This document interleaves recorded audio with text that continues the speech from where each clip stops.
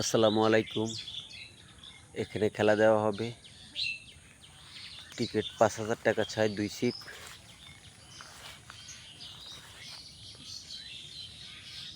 যদি date fixed হয় তাহলে সবাইকে পোস্ট দেওয়া হবে। এখানে খেলা দেওয়া হবে। টেস্ট করতে আসছি, আজকে টেস্ট করব। টেস্ট করার পরে মালিক ৫,০০০ টাকা করে মাছ চাচ্ছে।